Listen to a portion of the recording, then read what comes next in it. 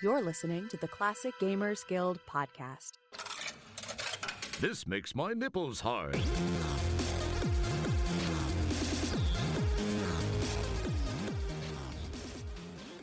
Hey there, and thanks for tuning in. Today, we are stepping outside the usual Sierra territory zone and doing something we don't do often enough, which is talk about LucasArts games. I mean, I'm sure many of you probably think that. I can't imagine somebody thinking that because I talk about Sierra the most, but some of you potentially would like to hear more LucasArts. What about you, Paul? You like LucasArts? I do. I like it so much. I like it more than you do. I guess that might be true. Well, we're going to find out because today we're doing a personal top 10 list. You might have heard we did one last week. We're going to follow the same format. If you weren't there, we're each going to pick our top 10 LucasArts games with a few extras. Now, explain what else is in there, Paul. Well, first of all, if you ever want to hear Anna sound like she's describing an ugly baby to their parents, then you talk about LucasArts, because she's just it's this adorable little pocket of cute. Like, I don't know if it's passive aggressive necessarily, but it's very just I don't know, pageant mom sounding. Okay, so they're not as pretty as you, honey. It's okay, she says to Rosella. See how that's just the way you said honey was so natural. It's so bitchy. Okay, yeah, that's the kind of bitchy that's curated through a lifetime, right? You can't just manufacture naturally. That on the spot. Yeah. Right. No, it's real. It's just, yeah, you don't often get to hear it. Well, maybe you do, Paul, but maybe they don't. Yeah, no, it's authentic. Okay, so we're doing LucasArts top 10. We have a caveat in ours, which is we are including the terrible toy box entries. So we're including Return to Monkey Island and Thimbleweed Park. And I've got a reason why. I've got too much of a reason why to where when I'm done giving my reason why, you guys are going to be like, "Wow, please stop and get to the list." But here we go. You can skip ahead at least 3 times on your thing if you don't want to hear it. But okay, Thimbleweed Park from 2017. Here's the main people involved here: Ron Gilbert, Gary Winnick, David Fox, Mark Ferrari.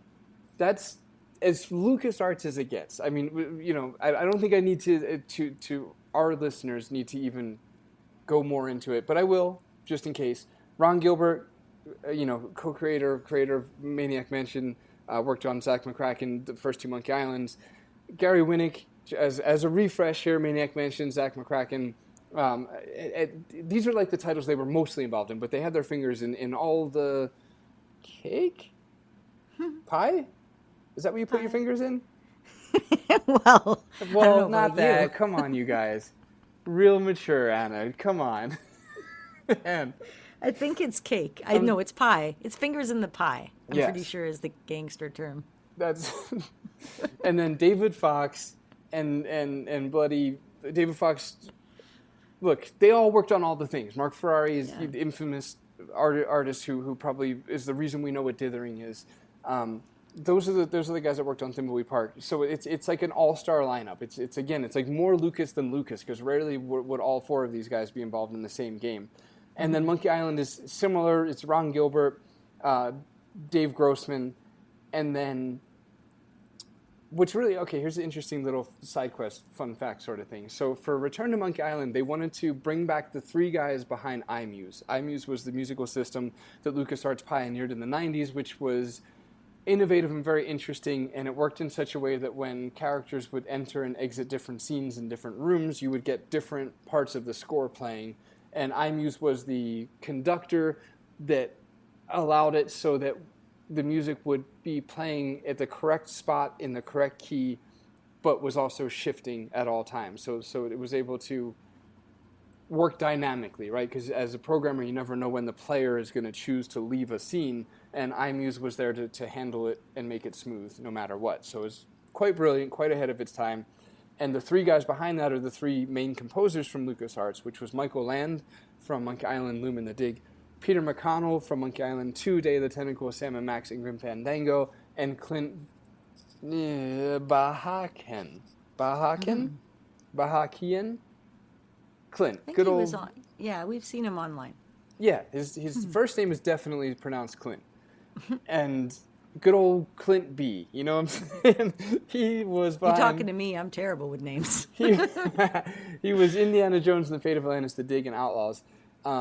So those three guys all came together to work on Return to Monkey Island, the original iMuse guys, and then Dominic Armato is the voice of Guybrush. So my point here again, welcome back to all who skipped ahead, is these games are the heart of LucasArts. It was obviously published by Terrible Toy Box because LucasArts as a video game company had dissolved, but that's why we're including them on the list, and also because there's a lot of LucasArts rankings out there, but like, you know, our little show is the corner of the adventure game market that is more Sierra centric, almost in part because almost everybody else is LucasArts heavy, and so there's a lot of LucasArts rankings out there, and to make our little ranking stand out from the rest, we're chaotically including these two in the list.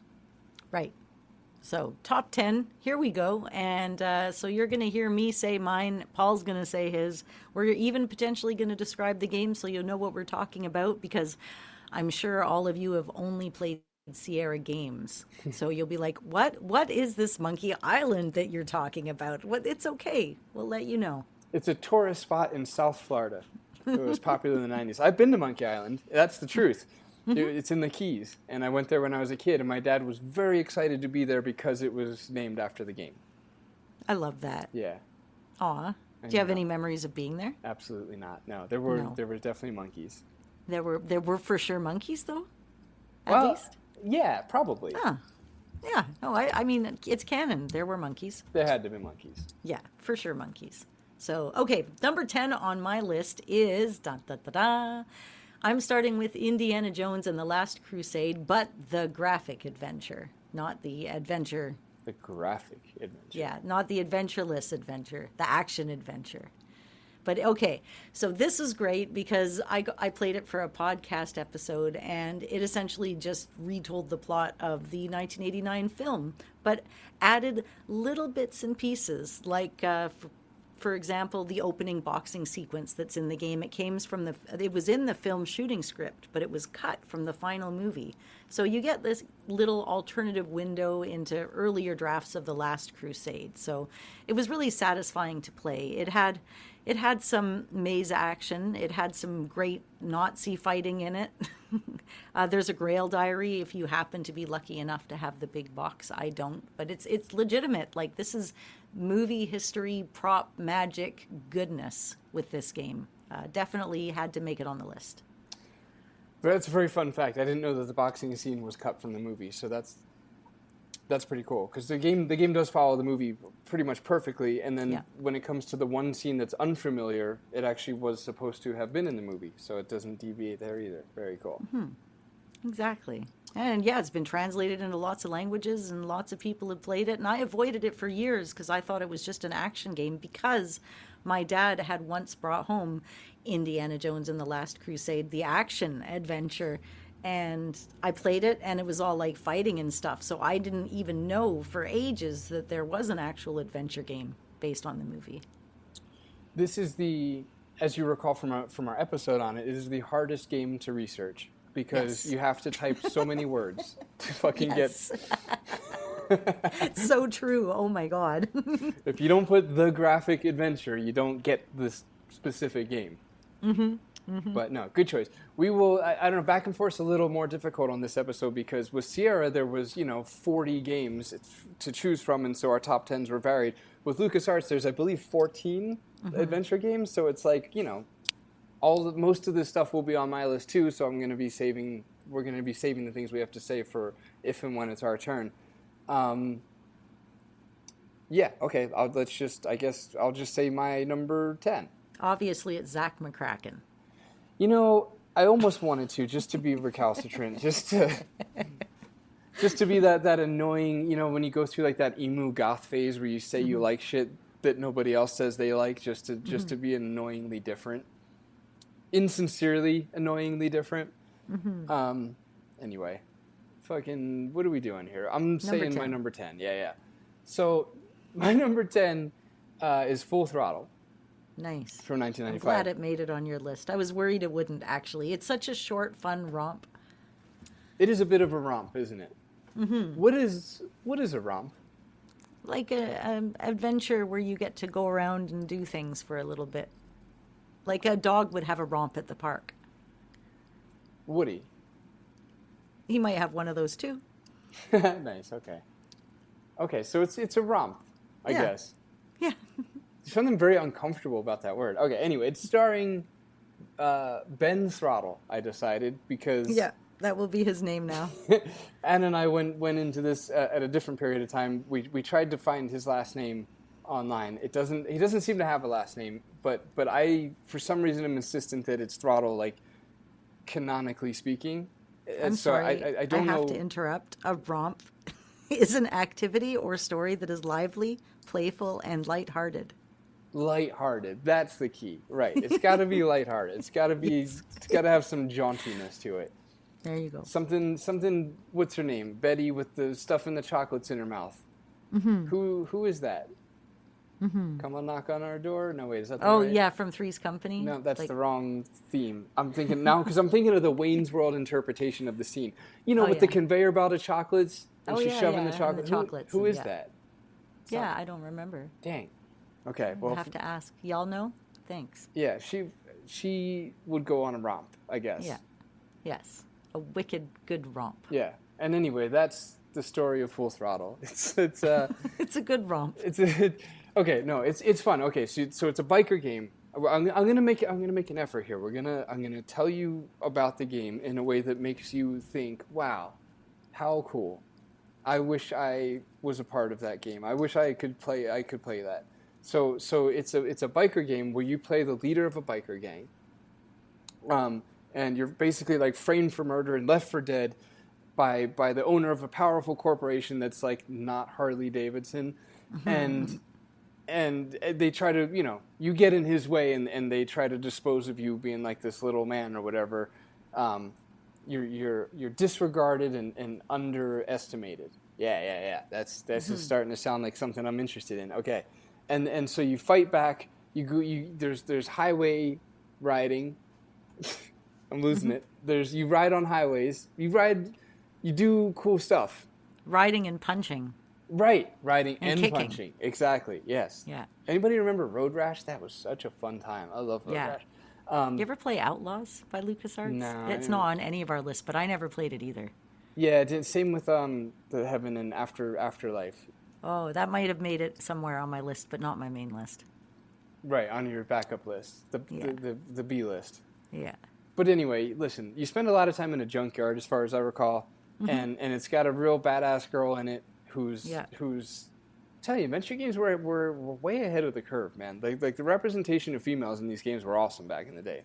Like to the point where like when people complain about it nowadays, because my view of the world is so adventure game based, I'm like, I don't see it. I feel like it was always this way. There was always, like she was such a take no shit, I forgot her name, but that's okay. I mean, I don't remember, Ben's name without looking it up. Anyway, it's a good story. You ride bikes. Ben Throttle. There's you do a demolition derby. That part actually kind of sucks. It's all buggy and stuff. Anyway, the game was critiqued for being short. It's kind of almost infamously critiqued for being a very short game. By today's standards, it's not short because the modern adventure game is 4 to 6 hours, which is more or less where this falls. So maybe you could say it's ahead of its time in that regard. It had a planned sequel that we never got, which was a bit of a bummer. It's got a soundtrack by the Gone Jackals, and people always refer to them as if we've all heard of them, but we absolutely haven't. They, it's not like saying like it's got Alice in Chains. Like people are always like, yeah, the Gone Jackals. Like, had you heard of them outside of this game? No. Right. Yeah. It's just, I don't know. I don't want to just oddly start shitting on the Gone Jackals. Those are the kind of people that could be listening to this episode. You just never know. Well, yeah, that's true. They did a great job. I've spent 10 years in Daytona Beach, Florida, so I hate the soundtrack. I can't take any more George Thorogood ass sound in biker bar music, but they did nail it. That they did what they were supposed to do very well. The end. Well, good. Yeah. The end. Okay, good choice. So number 9 on my list is Loom, and perhaps, Paul, you might be surprised it made it to my list at all, considering I was literally born to hate this game right from the get-go on my father's side, and born to love this game from the get-go on my mother's side. So really, I had no choice but to put it on number 9. So Loom, it's a pretty little game set in the age of the Great Guilds, and so you've got your little. Well, I don't know if he's You little. keep diminishing it by saying little. Yeah, Yeah, I can he's hear young. your father coming out. And This game. No, how old is Bobbin supposed to be? Do you know? I don't know, because he's young for a weaver, but you kind of Right. get eternal vibes from these people. So Right. So anyways, he's forced into action. His elders, they're all transformed into swans, and his guild is entirely destroyed. And using musical drafts played on magical distaffs instead of items, he has to rescue all of his comrades and kind of essentially save the world. So you've got like this coming of age story, but instead of regular inventory puzzles, you have to solve puzzles with music. I think it's kind of neat to hear Brian Moriarty. My mom, by the way, she used to call herself Noriarty when she'd get in her detective mode, you know, the whole Sherlock Holmes thing and stuff. It's what I always think of when I hear that word. But anyways, for him, the soundtrack was super personal because you're like, oh, they just used somebody else's soundtrack. But Tchaikovsky's Swan Lake was the soundtrack of his life. And he was like, there was no question making this game that this is what the soundtrack was going to be. So he was pretty lucky. I guess he was able to use it and have the rights from it. oh yeah, because it's like hundreds of years old or whatever. Yeah. Yeah. Well, what, late 19th century, I'm guessing. So yeah, all this public domain. Yeah, not new. And so for this Not episode, new, thank you. Not new. I went hunting in my big box, and after lifting up the beautiful sealed cassette tape that I have in that big box for Loom, I found out Definitely reading getting people hard talking about sealed cassette tapes and shit. I know, it's a thing. So yeah, the instruction manual has a cool couple little points. For one, it says, be sure to use a pencil when writing drafts in the book of patterns. Each time you start a new game, the threads of each draft may be different. So it's essentially the point of that being is they didn't want you to be able to cheat off of your friends or just get hints anywhere.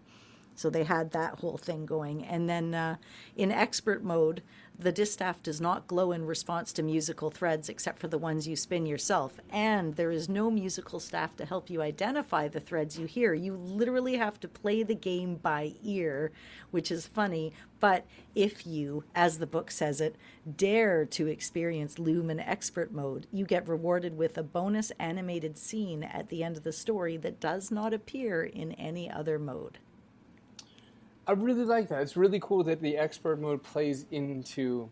It's like the perfect play on an expert mode because it's testing your musical ear at this point. Assuming if you've played it one or two times through, that by the third time you would start to develop an ear for it, or just for like the musicians out there. Like I should play it on that mode sometime because that sounds like a fun actual challenge to bring in. Like, you know, like I think I'd be able to do it, but I don't know if I actually could, so that would be fun. Also, you brought some pretty fun facts with you that I didn't know that the notes changed and that the guidebook told you to write in pencil and all that. That was good. You know, you said the a lot fun of facts good were words. looming. Ugh. Until then, right? Until man, all right, that's whatever. I'll say things about. Oh, here, which version first of all? Oh, right. This is a contentious point, too. People get really serious about the Loom version, so be careful. I played the very, very, very, very, very first version, but I've heard that the other versions are prettier. There was a remake of it and an FM Towns of it. I think there's 3 versions, isn't there? Yes, you're right. There's the EGA, the VGA CD-ROM, and the FM Towns version. Yeah.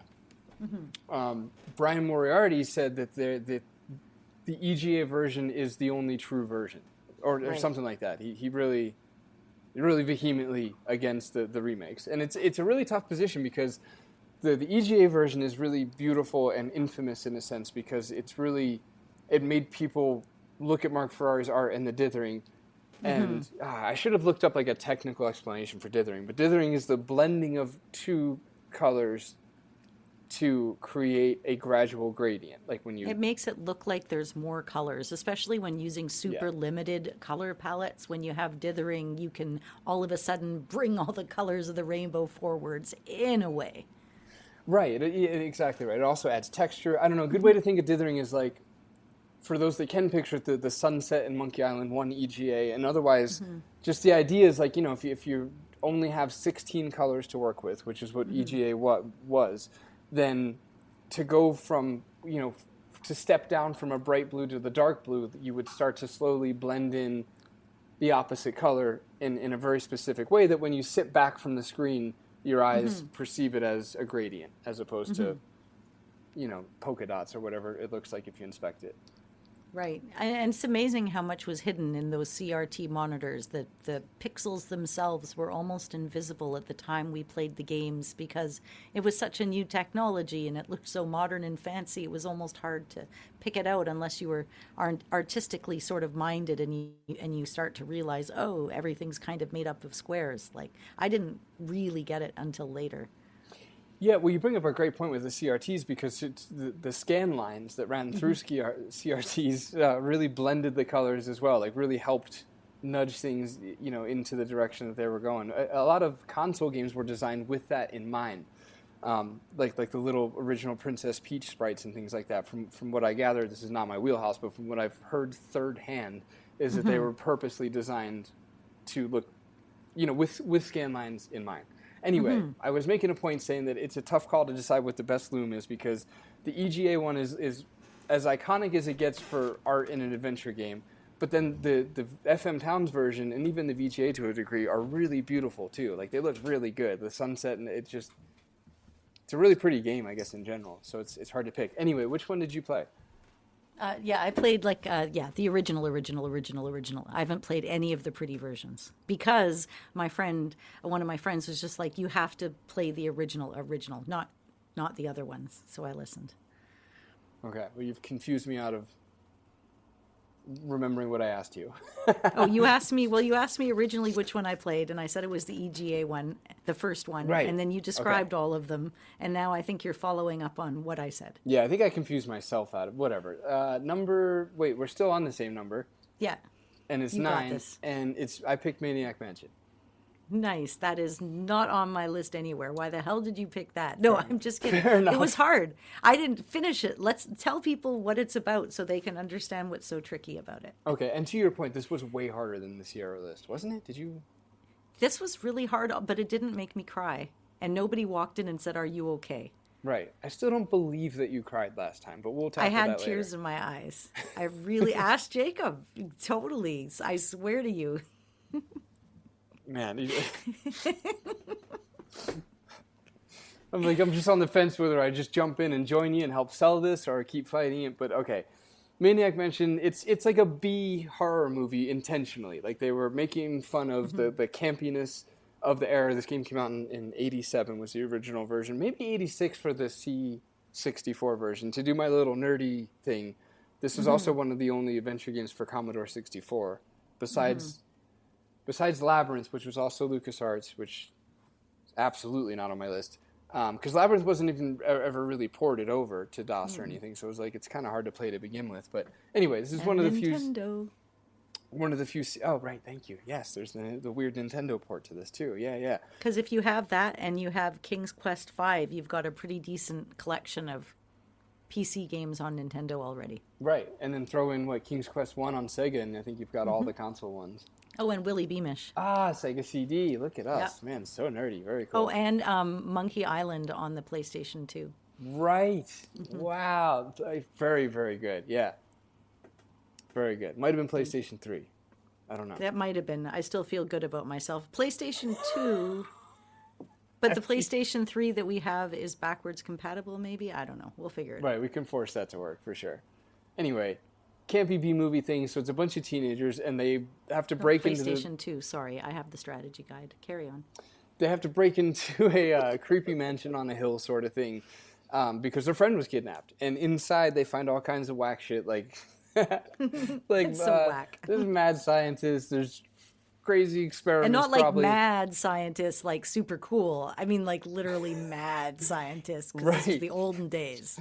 Yeah, there's not like a lot of scientists like that kind of mad. Like there's mad scientists there, man. No, there's just there's just some crazy fucking old people in white coats. Yeah. There's a hamster that you can put in the microwave and murder. Yep. There's a sentient meteor with its own agenda that you'll learn about years later in a game that was. It's definitely It's definitely on my list. I don't need to keep playing this mysteriously. Like, look, Zach's not on mine. Like, you can pretty much find the 4 not on mine, or can you? Because actually, my list is a little controversial at some point, huh?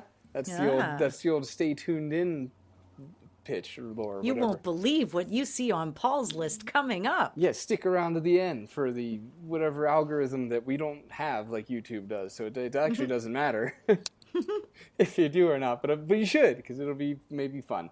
Anyway, look, you go to this creepy mansion. Oh, okay, all right. Let me focus here. You can switch between characters, and that's why it's on my list. I don't remember why I like this game, but I do.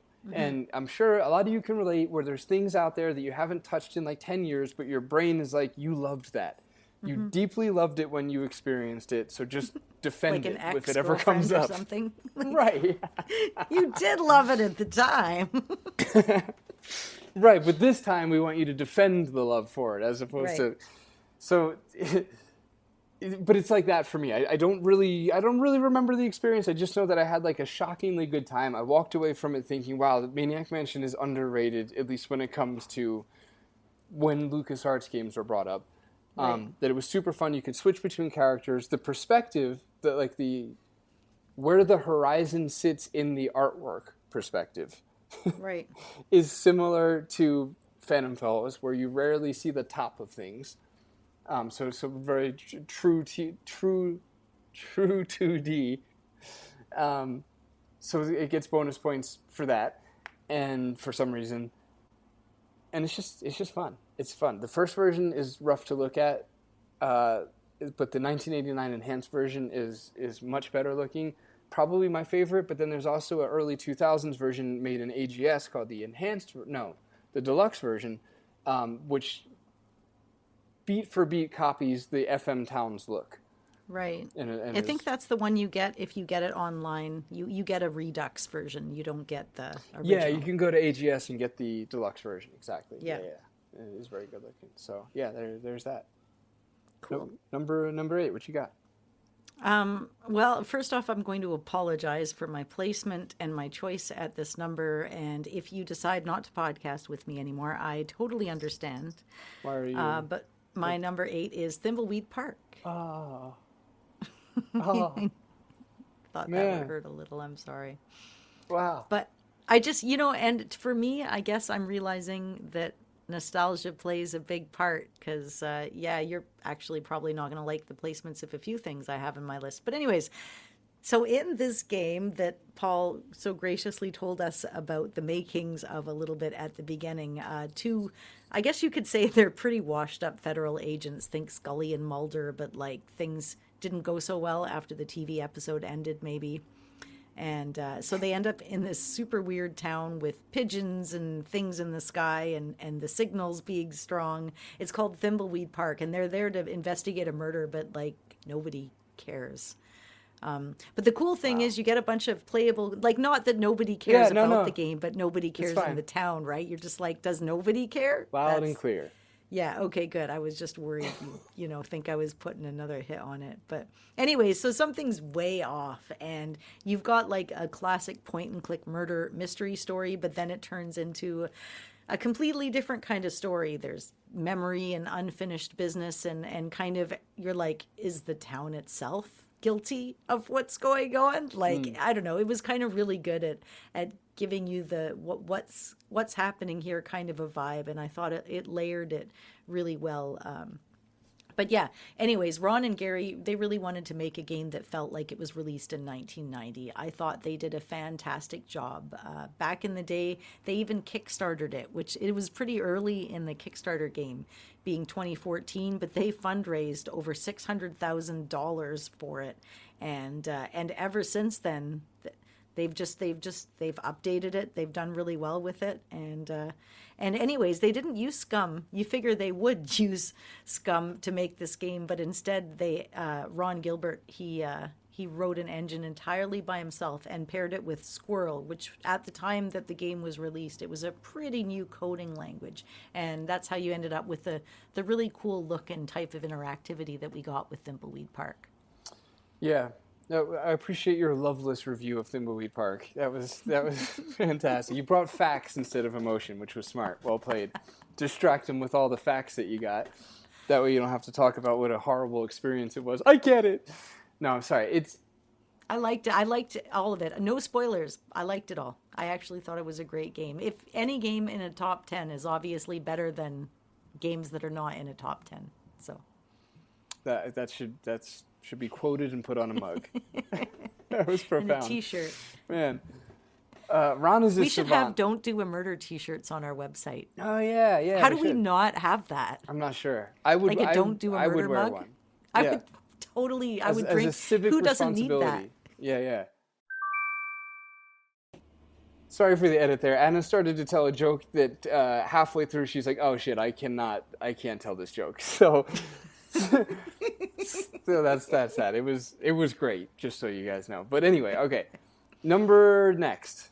Yes, I did my number 8. What's your number 8? My number 8 is, boy, we are dangerously close to like forgetting what number we're on and skipping an order and becoming numerically out of sync. So we should do something about it. There, I just put a star next to the one we're on. Okay, that'll help. The Dig is my number 8. 1995. The Dig. It's probably one that would have got left off of most people's lists. Mm-hmm. I think The Dig and Zach are on the kind of bottom of the barrel for LucasArts, but I love The Dig. It's so good. I played it with a walkthrough, so I had a great time. I understand that, it was frustrating and very hard, even though our good friend Daniel Albu, Conversations with Curtis, he played this with no walkthrough. I'm flexing for him because I'm still impressed by that. As the same with Anna getting through King's Quest 4 without a walkthrough. Like, I don't know which would be harder, but both of them sound like I would want drugs to even attempt to do it. But The Dig is great. Okay, so The Dig, think Armageddon, but better and before it. Because essentially there's a rocket, a rock, not a rocket, but a rock heading towards Earth. A more fancy man might have said a fucking meteor or asteroid or whatever terms for space rock there are. But it's a space rock. It's a rock in space. I'm spending a disproportionate amount of time on the rock part of this description. Well, it's great because instead of you think it's going to be a typical story and you're just going to blow up the rock, but it goes in a completely different direction. Thank you. Exactly. Fake left, go right, because you land on the asteroid. You're going to blow it up so it doesn't hit Earth. I mean, it is Armageddon at this point, and then you do the thing, but you end up getting. Well, you end up on an alien planet because of sci-fi, okay? Yeah. And it's the rock itself is it takes you. It's a whole thing. Yeah. It's a journey. If I'm being honest, I kind of don't remember. I just switched to be vague mode. I'm like, do you like fucking travel? Was the rock a spaceship? Look, sci-fi happens, and all of a sudden you're on a beautiful alien planet, and you have this sense of exploration. You're with a team of 4. Maybe 3. Doesn't matter. Let's not you got get the tied German up in scientist, you've got your guy, and you got Maggie, and you've got just 3, I think. Right, because you're Boston. Yeah. Such a good Hollywood name for a lead character in the 90s too. Totally. You're Boston, right? Then there's a German guy. Then there's Maggie. Was there not a second female? I feel like there was, but it doesn't actually matter. It turns out because our job here is to just make it sound like a fun time. And you don't need to know if there's 3 or 4 people for that. You've got a shifty crew of people you're with, and you don't. I guess they're not really shifty. Ragtag. No, Maggie's a news reporter. I believe it's just them. Yeah, more of a ragtag bunch. The German guy's a straight edge, and a bit of a ragtag bunch. What happens when they get to the planet is leadership is in question, essentially, because before they had protocol of command, but once you end up on an alien planet, you kind of lose that protocol of command, and then your people kind of went a little bit rogue. See, on I'm you. so glad that you said that. First of all, really quick, it's even more like Armageddon's even more like this because it was the same thing where it's like this ragtag. You know, Bruce Willis wasn't really a space guy; he was like an oil rig guy, and now he's an astronaut. It has that vibe because, you know, it's they were thrown together at the last second, and there's a reason for each of the varying expertise as opposed to just sending in, you know. So Boston's like the more militant person, and then the German guy's more like the scientist, and then Maggie's the reporter type for communication and language, and or whatever purpose. Yeah, because they weren't happy about like I got a lot more from the book than I got from the game, but they were not happy about having her on board. They kind of, Boston in particular, resented it quite a bit. And then she's all like getting in their faces and trying to ask them questions, and they're all just like, come on, let us fucking get to work. And you know, the book's great. Not great enough to finish though. Is it? But it's 3/4. I'm at 3/4. Nalani and I not only are going to finish the book, but we are going to talk about it. It'll be a whole thing on Patreon eventually. It's coming. That's been a fun long. I'm going to be sad when you do finally finish that thing because I'll miss that joke. You can't tease me anymore about it. Yeah, exactly. But no, you brought up a really good point about how communication breaks down when you get to the planet. And I'm not going to go further into the specific story plot, but just to say that this is why the storytelling in this game is exceptional. Because it does a great job of telling like human stories that you feel like, oh, that probably would happen. There's so much chaos and fear because alien planet that all of a sudden, you know, they quickly start doubting each other's, you know, motives and things like that, and they start to turn on each other. The classic, I guess, sci-fi isolation sort of story where the people turn on each other to a degree, or at least one of them, and the enemy from within kind of story plays out as well. And it's super fun. The puzzles are notorious bullshit. There's some always with the geometric, with the gemstones and the staff. I hated all that. The turtle. Really the turtle in this game is LucasArts' cat mustache, I guess. Well, that's not true. It's not at all that comparison, really. But it's more logical than that. It's right, exactly. Yeah, it's just hard. It's really, really hard. But with a walkthrough, it's super fun. It's like a really good story. It's a fun world to explore. The storytelling again is exceptional. It's particularly good. Steven Spielberg was involved. There's stories of Spielberg calling. I think it was Gilbert, or I don't know. No, it absolutely wasn't Gilbert. Doesn't matter. Calling somebody on the team, it might have been Brian Moriarty or Noel Faustine, and calling them and asking for hints, which to them, you know, being more, let's say whoever that was has more in common with me and you, the listener, than we have in common with Steven Spielberg. So you can understand why it would be cool to get a call from Spielberg and asking for hints for your game. Yeah.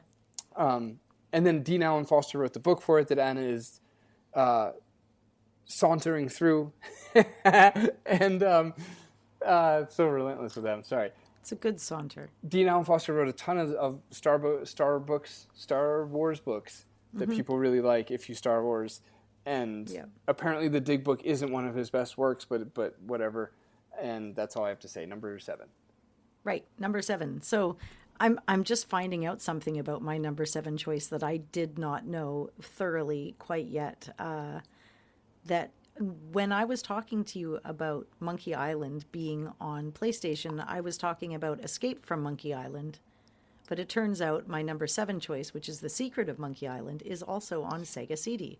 Okay, and that's on PlayStation 3 for sure. And you're right, and Escape is on PlayStation 2. Yeah, because the remaster Monkey Island, the Ultimate Editions or whatever, that's on PlayStation 3. Interesting. Yeah, okay, how cool. So yeah, the Monkey Island, it's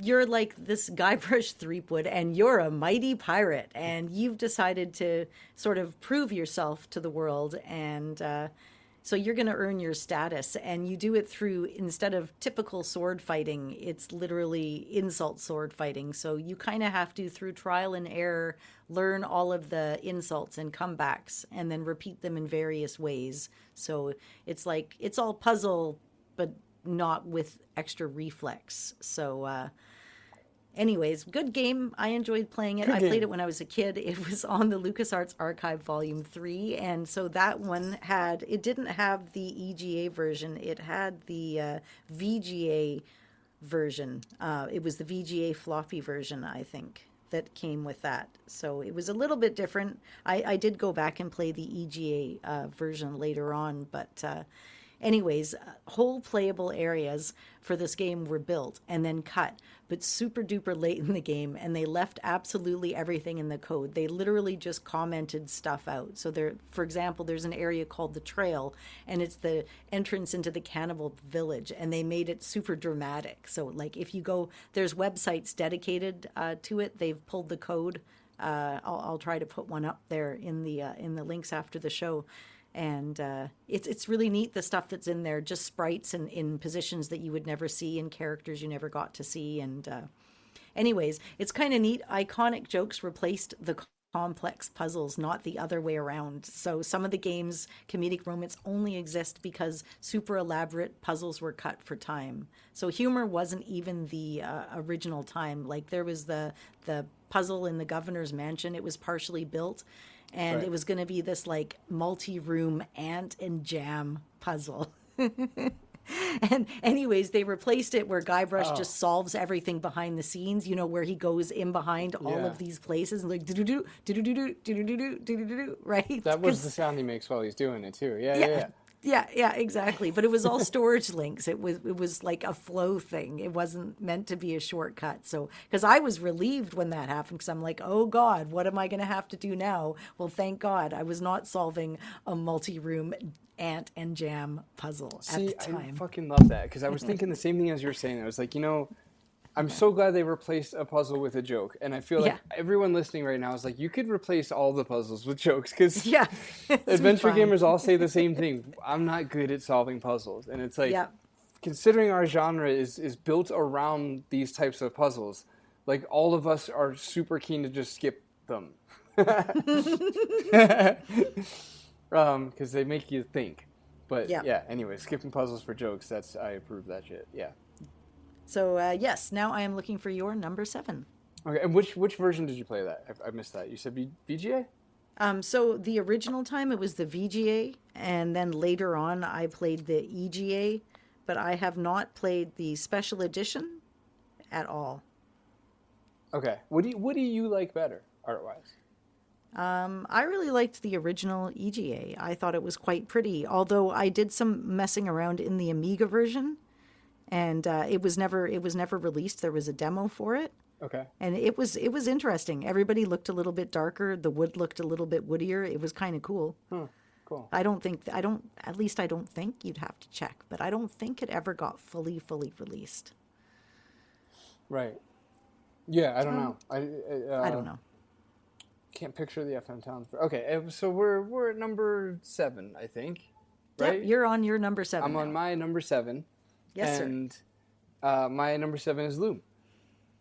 So Anna said all the things about it back there. You guys were there. I'm just going to add things that she didn't say, right? Because we won't be redundant here. But one, his name's Bobbin Threadbare, and I just want to take this moment to appreciate the ridiculous names in adventure games, because and credit to LucasArts in this sense, because when I was naming my characters, I thought I want to pay homage to the grand tradition of ridiculous adventure game names.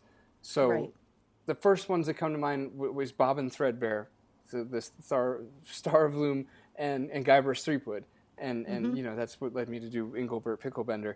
And, you know, it feels like standing on the shoulders of giants to follow up something like Bobbin Threadbare. So there's that. There's also the fact that there's no other game like Loom. Right. I thought of that while urinating in public today. Just randomly. I'm like, I'm going to say that later on the podcast. You're going to say that you urinated in public? No, I didn't know I would go that meta with it, but I did know I was going to say to you all that there's no other game like Loom. It's almost strange that there hasn't been even like a spiritual successor, or like, you know what I mean, that nobody's tried to nobody's gone back and done a music note based interface. Right. Saying out loud makes sense, but I assure you it's actually quite cohesive and fun to play. But yeah, I mean, that's the thing. You interact with the world essentially using music notes and putting together spells on your whatever. Anna said all that stuff. So there was going to be a sequel. We didn't cover that. It was going to be called Forge. It was somewhat well fleshed out, and there is a demo available, if I remember correctly. It's a pretty dusty, cobwebby part of my memory, so I might be wrong, but I'm pretty sure that I think it's a fan-made, well, whatever. It was going to be called Forge. I think there was actually going to be a bunch of sequels taking place in the different realms that never happened. Oh, you murder a child in this game. Never. And you even get to look at him after. Like, it's not like you murder him and he falls off a cliff. It's like you murder him and there he is. His body's there for the rest of the game. Like, you literally have to walk over it. Or you're just like, maybe I really overreacted back there. I don't know. But, no, and he comes to you as a ghost in the game and guilts you for killing him, which I appreciated. Yeah, love a little me too. ethereal Jewish guilt. So that's fun, and that's more or less Loom. Number 6. My number 6 is Full Throttle. It jumped a little bit higher up in my list than it did in yours. This episode's going to get breezier, guys, because see what's happening now. We don't have to go too much into Loom or whatever. Full throttle. Nope. All I'm going to say is my little bits, which is I played it when I was younger. It was also on the LucasArts Archive, Volume 3, and it was quick. It was quick and dirty. I had no problems going through it. The only thing that I said was it was a little bit too quick, but it did have a much smaller puzzle count. Tim Schafer, he deliberately reduced individual inventory puzzles. He wanted to keep the whole game super tight and cinematic. He kind of wanted to treat the game like a playable animated film more than a logic gauntlet like some of the other ones are. So it was one of the most shortest LucasArts games, but if you ask me, I feel it was rather focused compared to the other ones. There wasn't a bunch of diddling around, wrong word, dithering around. I don't know. Dithering around works for games, but one it implies was a little penis bit and the other doesn't. That's true. There was pretty girls in it, like you said. So the real-time motorcycle sequence, that was also something that hadn't been done in any other LucasArts games. They typically tended to avoid reflex-based gameplay. So they had to do bullshit arcade sequences, I think. Super bullshit. So they had to do a whole custom system for the movement, for the enemy AI, and the collisions that didn't resemble any of their traditional logic. So it was one of their most mechanically experimental adventure games that they had ever put out, even though it was short. All right, well, that's my least favorite of your fun facts so far. I didn't feel connected to that one, but that's because I'm emotionally moved on from Full Throttle. It's not you. That could be why. Look, I mean, you're bringing the facts. I'm not bringing facts. You know, I how dare I, frankly? Yeah, really. Well, fine. What's your number 6 then? I don't know. It's Day of the Tentacle. Right. It gets sketchy here, so be careful. Right. We're on 6. You did 6. I did 6. We're on number 6. We are going to make it. Nobody knows that we already tried recording this episode and got confused with the numbers, and this is actually our second try, so. Yeah, surely that never happened. No, I mean, we're chaotic, but we're not that chaotic. Surely we can make it from 10 to 1 in numerological order. I mean, surely we're capable of that. Surely we didn't go off on a side rant. No. And Anna went twice in a row or something. We still don't know. No. Day of the Tentacle. Nobody listened. It's gone now. 1993. Yeah. This is going much better than yesterday, so we're good. Day of the numbers. Day of the Tentacle. Day of the 6 tentacles. And Perpetentico. And in some realms, this is a sequel to Maniac Mansion. Like, it actually will say Maniac Mansion and Day of the Tentacle or something, doesn't it? I think it does. Doesn't matter. Look, here's what it's about. This is the fun part. It's about a mutated tentacle that decides to take over the world. Mm-hmm. It starts out, with that sun rising on a farm song. It's Pure Gint by Edvard Grieg. I had to research that for Phantom Fellows.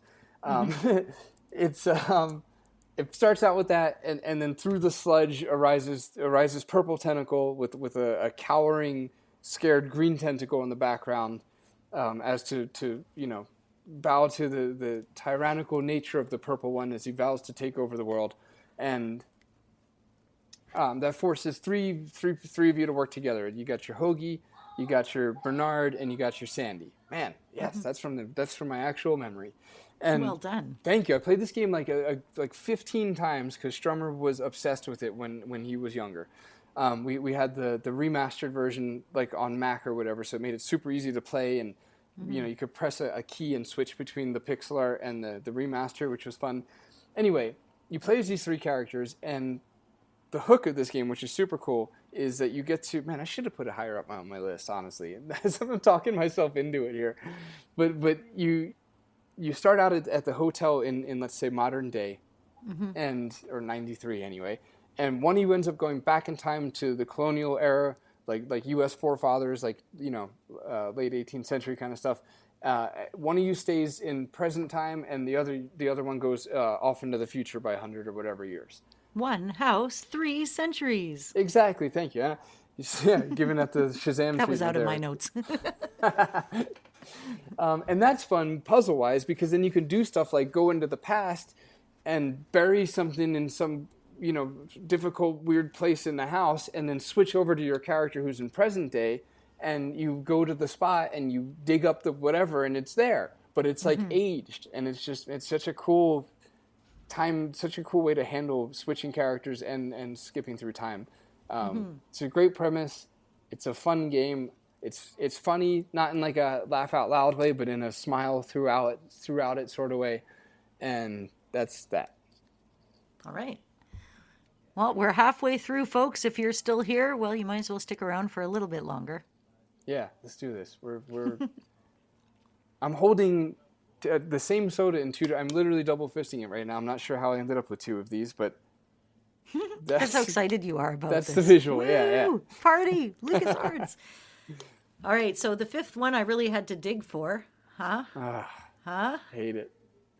So the reason the dig is in my number 5 spot, and high, one would think, if you're based in nostalgia, what is it about this game that puts it so high on your list? And I have to say, it wasn't just my experience playing it. It was also the podcast episode we did about it with Daniel Albu. It just got me to see this game from another perspective, and the beauty of it, and the story, and then the partial reading of the book. It all just, I don't know, in the artwork and the idea, and I don't know, it just kind of put it higher up in my list. I really respect what it was. Again, with a walkthrough, I'm not able to do it without something like that. My brain does not. I don't even think as a kid I would have been able to figure that out. But so there was this interview with Noah Falstein in Adventure Gamers, and he said it started as a story concept that Spielberg had developed for Amazing Stories in the late 80s. But since he never made the film, LucasArts got the idea and reshaped it in a game, slapped his name onto it, Spielberg's name onto it, and really Spielberg, outside of the concept, had absolutely nothing to do with it. But it actually, this game went through development hell. It passed through quite a few creative leads, including Brian Moriarty, as we talked about, from Loom, and then Tim Schafer took over and kind of reworked the narrative into a more human story, because the earlier versions were quite a bit darker. They were a lot more abstract, and they were less character driven. So it ended up giving the game a really long gestation period, but it worked out really well. It did have a bit of uneven pacing, though. There was some story. So LucasArts used to throw a pizza party when a game was ready to beta test. Mm-hmm. And there was. I'm going to just frustrate everyone, including myself here, because I don't know the full details. But Brian Moriarty, I believe, left the project during his pizza party for it. No. Yeah, something. No. I don't remember what made him walk, but it was. Mm-hmm. I think it was like the realization in that moment, perhaps of people's reactions. Again, I don't remember a very crucial part of the story, but if nothing else, you could take away the fun, verified fact that they did have pizza parties for when a game was ready to be tested. So that's neat. But yeah, and Brian walked away.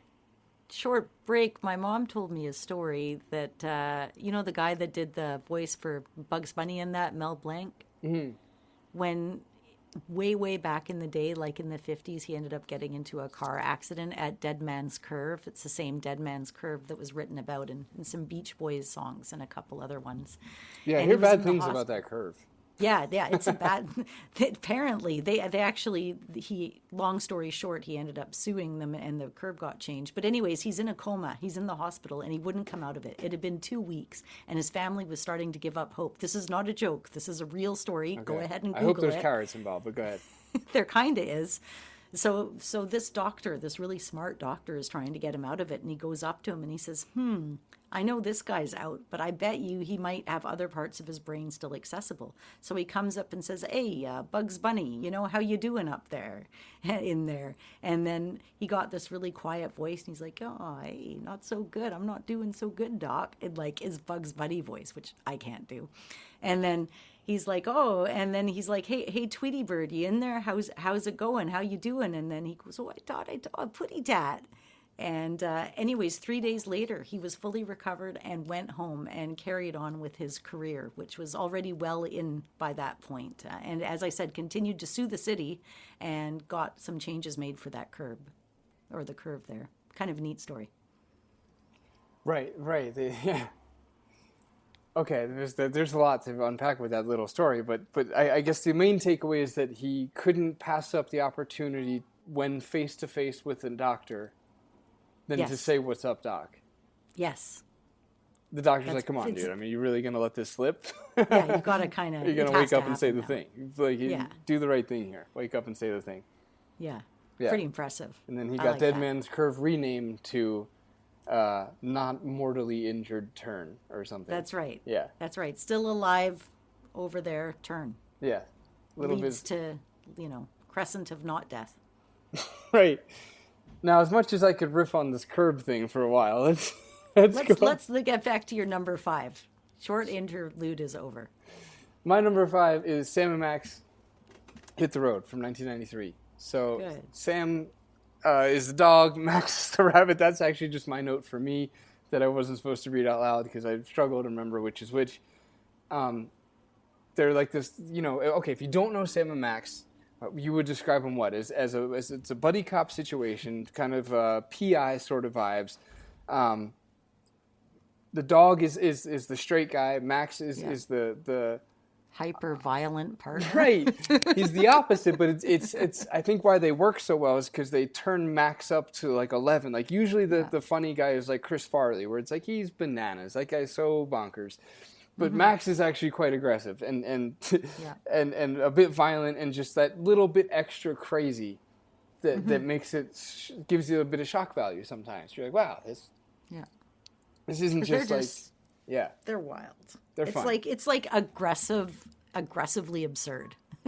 Yeah, it's I guess it's worth harping on them, the characters, because it's like the game doesn't matter so much. It's just these really fun live. Bigfoot, right? Yeah, just set them what free. What is there to it? Right, they do a thing. I mean, actually, the game is insane, especially the very end of the game, which I won't just randomly spoil, I guess. But it definitely follows that long line of adventure game tradition of where they just like to lose their minds at the end. Sam and Max is maybe the king of that. Have we even talked about that? We talk about it a lot, but we probably could do a whole episode. There's that many adventure games that get just whack at the end. It's fascinating. Case study. That'd be an interesting, episode. Like adventure game, where did they go at the end kind of deal. Yeah. We spoiled 9 games, like, for sure. That's a good title. Top 10 games to spoil in an episode. I will say with Sam and Max that... the other angle that's really, really great is that they focus. It's called Hit the Road. So you go on this epic road trip, and essentially you stop it at roadside attractions throughout America, and that's just a great idea. It's great material because every stop is on the nose and what you would kind of imagine, world's largest ball of yarn stuff, and it's super fun environments for an adventure game because an adventure game is exploring an environment. So we put us in a really fun environment like that. That changes, that has a map that you can travel around, and it's gold. And this game was awesome. Here's a CGG podcast throwback. I like maps. That's too far back, I guess. It's like from 6 years ago. Once I said I liked maps, and everybody made fun of me for like half an episode. Right. Okay. There we go. There it is. I knew it was in there. Yeah. Jeez. So my number 4 on this list is probably not on your list because I don't believe you've ever played it, and that would be Grim Fandango. And for those that haven't played it, I highly recommend it. It's a very, very noir-style game. It's set in the land of the dead, and there's this travel agent who's super slick. His name is Manny Calavera. And there's corruption going on in the Afterlife's bureaucratic system. Shocker. So you've got this cool like 1930s vibe going, and it's a very serious story. Like, it's got a very good story. There's like issues with moral debt and, I don't know, memory lost, but it's very atmospheric. The game was made with tank controls, so it's like inversed, and I believe it didn't even have mouse. I think you had to essentially play it with the keyboard, and he'd look at something, and then when he looked at it, then you could click a button to activate for him to pick it up. So it was a little bit different, but it was never even meant to be an adventure game at all. Tim Schafer pitched it as an RPG style game, and LucasArts was like, no. So they ended up giving him the idea of the game, the world and the tone and even the themes, but structurally it's entirely different from any of the earlier LucasArts games. There's way fewer puzzles, and there's way much more of like a heavier narrative momentum. Like, if you're interested in it, there's a Double Fine documentary that's got a whole bunch of cool stuff. I was watching it and taking notes because they were talking about it. But anyways, the tank controls, it was a technical compromise. LucasArts was the first 3D adventure game. Like LucasArts' first 3D adventure game was Grim Fandango, and they couldn't make mouse navigation fully reliable in the environments. They had no option. So they just dropped it, and it worked. It really did. Once you got the hang of the awkwardness, it really worked. But unfortunately for LucasArts, it ended up being a commercial failure. It sold really poorly relative to the expectations and what they put into it. It became one of the key data points that leadership in LucasArts used to justify exiting the adventure game genre altogether. I mean, adventure games were on the way out anyways. And it's not even that, Grim was a bad game. It just... narrative-heavy adventures were no longer commercially viable at the time. Yeah, the production was getting more expensive because they felt the need to move them into 3D, which was expensive at the time. So production costs go up and interest in the public goes down, which it had been going down gradually ever since, Doom or Wolfenstein. That's fair. Yeah, one day I'm going to play it. It's the remake has better controls. You can play that. Yeah, and I wouldn't want to, like, when I played the remakes of the Pixel games, I would immediately switch it back to Pixel. But this one, I would absolutely keep it remade, smoothed out. It's all polygons anyway, so. Yeah, the characters are fun. It's the humor I really like, and outside of, like, very few on my list, pretty much all of them have humor in them somewhere. Is it fair to say that, because as you're mentioning that it's narrative heavy and this and that, I'm just thinking about, what it is to try to convey, because people, it comes up enough in my life where it's like, oh, I make games, but they're what kind of games? Oh, adventure games, and I find myself often in a position of trying to quickly explain them to people or to quickly get the appeal across to people, and it's hard to do that. And I'm wondering, is it fair to say that adventure games exist in a realm in between a book and a movie? Yeah, like it's like a choose your own adventure, but on a computer. It's a movie because you're watching the cinematic scenes unfold.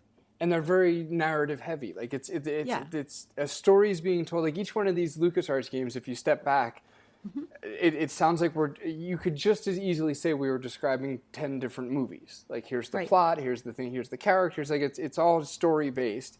It's just, but it's more than a book because it's graphic. There's that. And I guess in that sense, it's more than or different than a movie because you have agency over what happens, or at least the illusion of it. Well, right.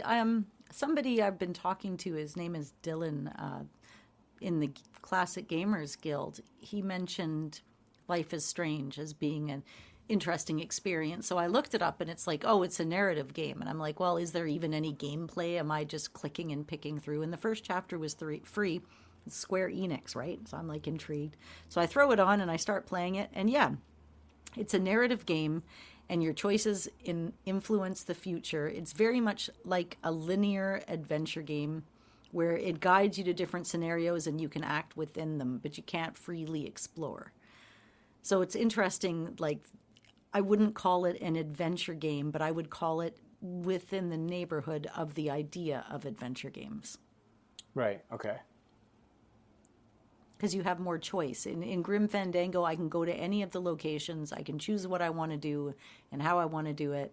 And in that game, you're in the location, but there's an action sequence triggered, and you can reverse time so that you know now what to do when you reverse time. So when you go through it the next time, you can figure it out, which is very satisfying being at a school, having that power. But yeah, very, very streamlined. That's in Grim Fandango, the rewind?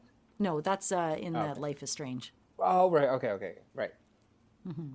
Right. If you want to point and click, well, I guess Life is Strange probably is point and click, but adventure game more in the realm that we're all thinking of that Resonance from Why Should I? Published by Why Should I? Resonance has a rewind function that's pretty fun. Oh, cool. Yeah. I'll have to check that out. I haven't played it yet. It's good. It's hard, but it's good. I liked it. Yeah, I believe that.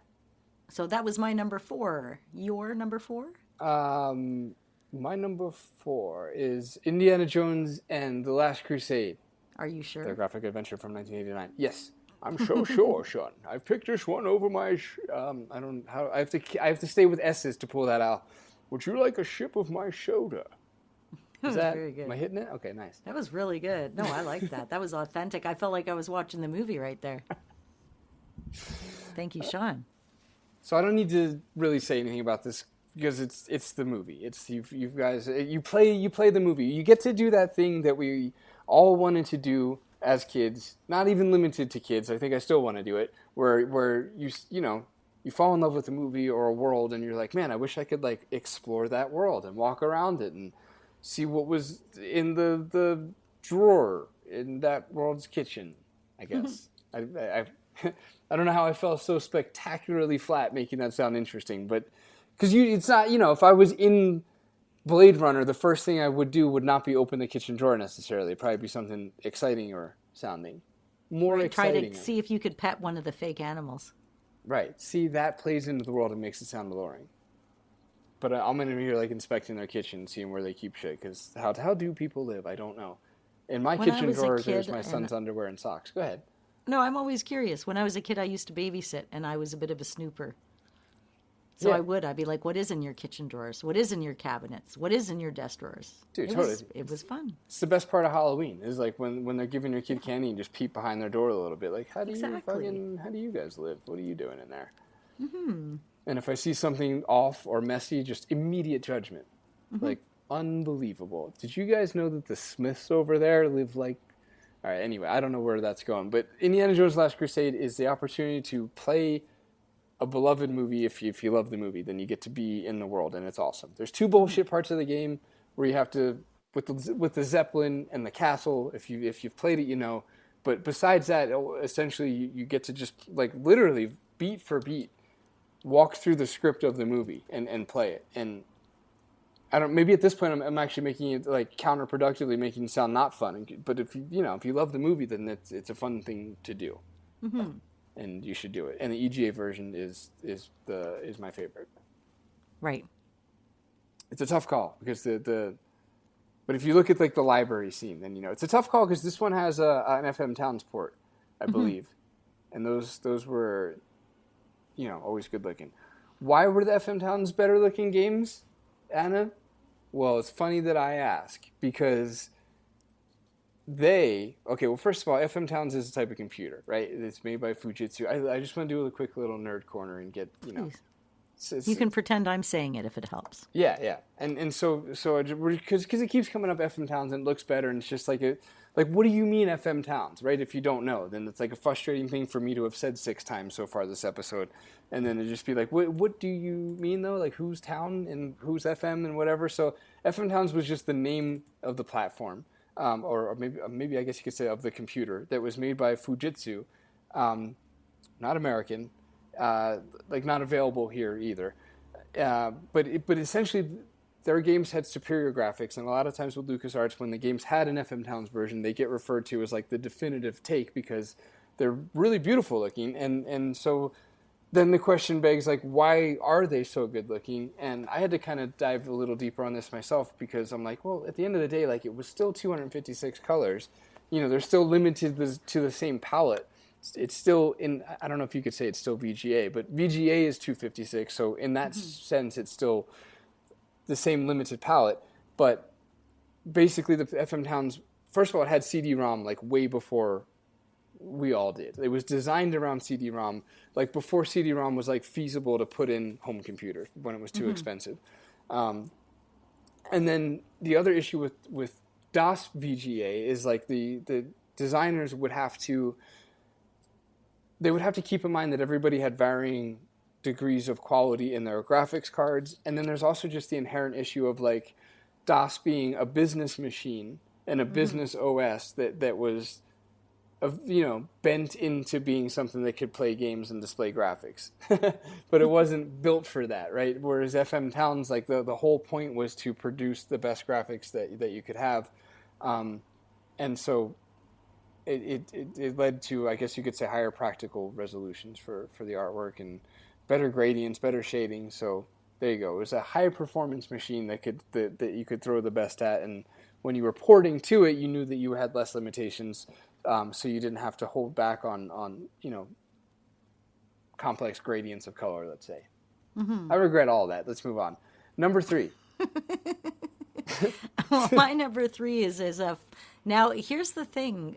By choosing this particular game for number 3, I have actually put 2 games into my number 3 spot at the same time.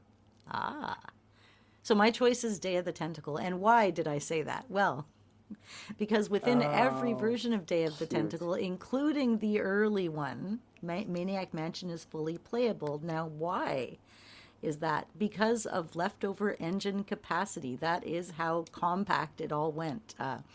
Because it's there because the Scum engine still had enough memory headroom on certain platforms to load the entire earlier game intact. The whole team realized they could include it without affecting performance. And it became one of the most famous Easter eggs, really, ever in adventure game history, if you ask me. I can't believe you just Trojan horsed Maniac Mansion in. Man, well played. Well, they did. You know what else they did? They solved the dead end problem better than anybody else, I believe, before them. All of the puzzles in the game were made so actions in one era could never permanently block progress in another. And that was all in direct response to hearing the frustrations observed in games like Monkey Island 2. So they actually redesigned all the dependency chains to make sure that the game remained completable regardless of your experimentation order, which I thought was quite cool. Yeah, that's that good pretentious LucasArts stuff right there. I appreciate it. The episode needed it. They're all, listen to us. Our games don't fucking have dead ends. Ours don't have bullshit Christmas Rush related bugs in them. Makes the game crash because of memory buffers. That's right, which is not a problem I'm having with Quest for Glory 5 right now at all. And as all this is my nightmare. So there it is. The two for one in my number 3 spot. Yeah, I don't appreciate what you did there, but I also do. So there's that. My my number 3 is The Curse of Monkey Island. Ooh, okay, nice. That's such a fun game. I had such a good time with this game, right? We played it like not long ago, a year ago. I really should have put it on my list somewhere, now that I hear you talking about it, I think I failed. Well, I just started too. Wait till you hear all the things I might say about it. Just putting an odd amount of pressure on myself for some reason. When did we play this? A year ago? Yeah, it wasn't that long ago. Something like that. It was super fun, right? Okay, so because I don't know, maybe part of it is I wasn't sure I was going to like it. But it's okay. It's beautiful. It's done in like a cartoon style. It's absolutely gorgeous. So it's got that going for it. That's a big deal. I'm aesthetically sensitive. I like what I like, and this passed the test. I was scared about this one because it wasn't pixel art, but it's absolutely gorgeous. I don't know. The story is like there's so many. It's kind of all over the place, right? I mean, ultimately, I guess you're Guybrush Threepwood, right? You're back. This is Guybrush's third adventure as a, I don't know. You're a pirate, but you're, I don't know, how do you describe Guybrush? He's earnest. Okay. He really wants to be a mighty pirate, and he's kind of like, in the White and Nerdy song, or like, The Offspring song where it's like all the girlies say, I'm pretty fly for a white guy or whatever. Okay. Anyway, I'm He's sorry. like- I'm not trying to talk about white people a lot. I'm just trying to say, you know, that awkward, like, pirate. He's the rapper that's trying to be a rapper, but he gets something tattooed wrong on him.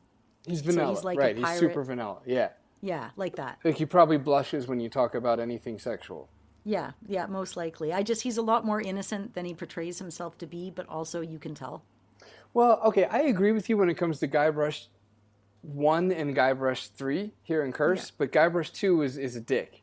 Yeah, Guybrush, well, that's why it's not on my list, because I thought he was not very nice. Yeah, he's a total dick in 2, but he's more effective. Well, that's actually not true either. Anyway, Guybrush is a great character, is the thing, and he carries the Monkey Island series because he's, I don't know about relatable, especially after the way we just portrayed him, but he is kind of relatable in a sense. He's got this bumbling charm to him. Mm-hmm. Maybe that's how I put it, right? He's charming despite himself, I guess. And he's, for the Sierra fans, he's Roger Wilco-ish. But right. the heart of Monkey Island is Guybrush, and Guybrush. The reason I'm saying that is because he's back. I didn't like him in 2 that much, and in 3, I feel like they captured the spirit of him. Ironically, considering his creator wasn't involved in this one, and he turns Elaine into gold, into a solid chunk of gold, and he has to basically spend the game undoing that mistake. But being piratey while you do, a little bit of voodoo, some ridiculous villains, a lot of wordplay, all that kind of stuff. So, yeah, it's a really beautiful game, and it's just really fun. And I'm running out of remembering why I liked it so much, but it's true. So, number 2. All right. So my number 2 is Indiana Jones and the Fate of Atlantis. I almost feel like I should apologize for it not being my number 1, but it isn't, I'm afraid. I'm sorry.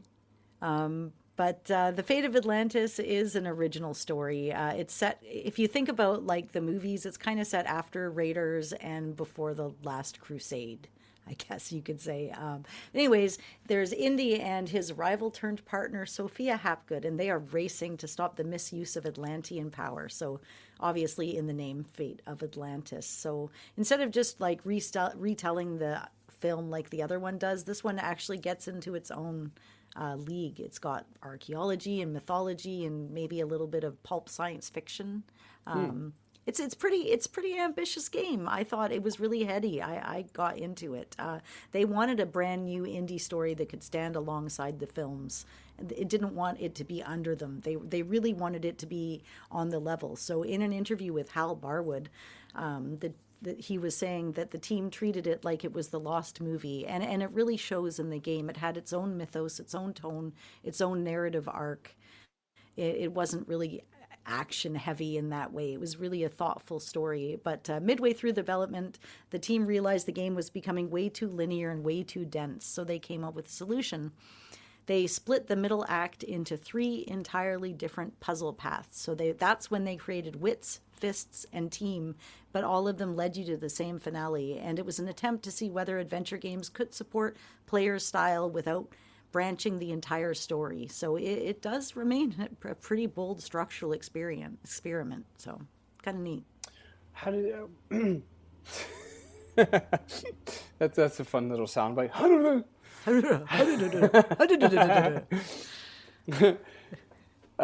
did you feel about it, though? I appreciate the fun facts; those were good. But I want to know. I want to know the Anna like your experience in this. Like, what did you? I played it as a kid. It actually changed the trajectory of a few things in my life because of the game. I got into the movies. I was not into the movies before I played the game. So it led me on the quest of watching all the Indiana Jones movies with my dad and starting to get into the lore and looking for the other Indiana Jones style games and just essentially becoming a cooler person that was able to understand conversations about Indiana Jones when a lot of other people, especially my age or girls, were just like, what's that about? So, this game was integral in a part of my visual history and continues to be because I still enjoy and watch the Indiana Jones movies and get all nostalgia about them. That was such a competent answer. It almost feels rehearsed that I asked you. Doesn't it though? But yeah, that was all off the hip. Beautifully done. My number 2 pick is Indiana Jones and the Fate of Atlantis. Oh my God, we're being so us right now. Totally. It's all the stuff Anna just said, and I'm gonna double down though with the Indiana Jones stories being good enough to be a movie. Sorry, I don't know why I just like locked in on the glowing letter W on my keyboard, like an insect looking at a blue light. That was oddly hypnotic. Anyway, it's such a good story that to anybody who's both played it and watched either of the last 2 Indiana Jones movies absolutely knows that it's infinitely better of a story than the last 2 movies. And it's such a shame. It's such a damn shame that this wasn't the story plot for the last movie. Agreed. I would call it all canon, though. It's happily. yeah, that's fair. And I believe it's it's canon because they tied it into the movie side of the world by if you buy the box set collection of the Indiana Jones movies on like Blu-ray or whatever, it comes with a collector's edition book, and inside of that book, which is canon, it references the Fate of Atlantis. Yep. Which is cool. But like, okay, they were. We all saw it. We're like, they're gonna want to replace Indy with a girl. That's what the industry's been up to lately, and it's like we kind of all saw that coming with the last movie, and you know, there's no need to like. I wouldn't even fight it. Just use the Indiana Jones just use the Fate of Atlantis story because it's an awesome story. Atlantis itself is perfect Indy fodder. It matches him. It's like a glove. It's exactly that kind of indie shit that you want to see, as opposed to Aliens, right? Like that more earthy, whatever. And then you've got Sophia Hapgood, who is look. I don't know how she's the exact type of lead female character that Hollywood has wanted for the last 10 years. Yeah, That's a strong, female. independent. I'm a leader. I don't need no. Yeah, and like hate it or love it, Sophia was like that in the 90s, and she could, they could have just basically used this story and then left Sophia the hat, and I would have been. I think a lot of Indiana Jones fans would have been like, "Word, okay, that actually kind of fits. That worked." And they didn't, and that's a shame because the last 2 movies were shit, and this story is so good. It's such a better. I mean, maybe a more positive angle for me to frame this is props to the LucasArts guys for being a group of game developers who wrote an immeasurably better script for an indie movie than the last 2 indie movies wrote for themselves. Yeah. Well, I did. There is a rumor circulating on the internet that the movie, it was planned as a movie, but Harrison Ford turned it down because he didn't want to be like typecast. And it's like, dude, how many of those have you already been in? You're typecast, okay? You are. It's okay. Yeah, well, I mean, he went on to do the other 2 indies, so I'm just saying they should have just used this script instead. Yeah, they really should have. Yeah. They really, really should have. Passionate it's like the about James Bond movies, there was one of them that was in only like 1 or 2 of them, and they're like, oh, do you want to be in more James Bond movies? And he's just like, no, I think they're going to be a big flop. It's like that was in like 1980. You're like, painful, dude, right. So kicking yourself it's like right now, aren't you? Tom Cruise turning down the Matrix kind of story. I mean, not that Cruise needed it, but still, it's like that's got to sting. That was missing out on a culturally relevant, like generation, not generational, it's dramatic. Anyway, the game itself, I'll say, is probably, I've said it before, I think it's the perfect adventure game. I think it's perfect. It's so much fun. It's such a great story. You got the 3 different paths. You don't really switch between 2 characters, but you do get to, depending on what path, you get to work with Sophia, and it has that Gold Rush vibe, right, where the first quarter of the game's the same, but then... And I think, I don't know, Anna, I think we did the same thing where as kids we kept picking the same path because we thought it was the good guy choice to make. Because I was like, this is the right answer. Yes, exactly, yeah. We were so pick-me-girl about that when we were kids. We were always choosing what we thought would be the best, the most noblest answer. And that led us to play this game, 2 or 3, whatever different amounts of times the same way, not knowing that there was 2 other... completely alternative paths. So funny. Yeah, that's wild. But But yeah, it turns out, as we would come to learn because of covering the game for the podcast, is that the other two paths are completely different from each other, and you get a completely different, varying gameplay experience, making it, a kind of 3-for-1. And the story's awesome. There's one little bullshit moment or two with the sundial, including issues like technical issues and things like that. But besides that, it's about as perfect as adventure games get, and you can die in it, so it satisfies the Sierra fan too. Yeah, agreed. Okay, well then I guess we are at our number ones. Sweet. My number one is not a surprise to me because of my sense of humor, but it is Sam and Max Hit the Road. Nice. I had no idea what you were going to pick for number one, so it's all a surprise. Yeah. Okay. It's great. I love it. It's all pop culture parody. It's just it's kind of an experimental game. To me, it was a game that I really, really enjoyed because it was funny. It made me laugh. I liked the characters. I liked the sassiness. I love maps. Nice. My little facts, LucasArts actually wanted to just get away from clever puzzles, and they wanted to get a little bit of chaos in there. They were kind of like, oh, maybe games are a little bit too rigid and over-engineered. So on an interview with Steve Purcell and Sean Clark, they were saying that the team intentionally designed puzzles that were encouraging random experimentation, repeated clicking. Note in this game, when you click on things too much, you can really get some funny answers. Player misbehavior. Progress often comes from trying ridiculous actions. So they embraced the moon logic instead of shied away from it. Right. And it was just a total opposite of the tightening up that they did in Fate of Atlantis and Monkey Island 2, that little bit, which I thought was neat. But they never, ever, ever repeated that open world map. It was kind of a structural experiment for them.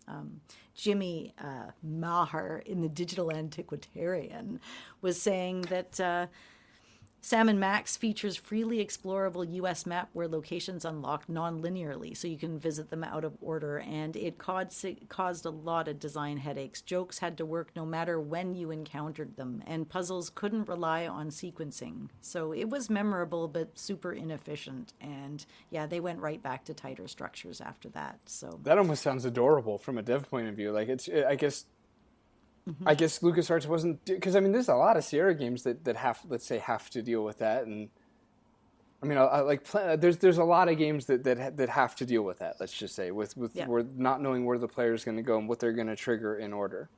Mm-hmm. So it's crazy that they hadn't experienced that until then. No, because it's like that's something that a lot of the games. I mean, look at King's Quest VI.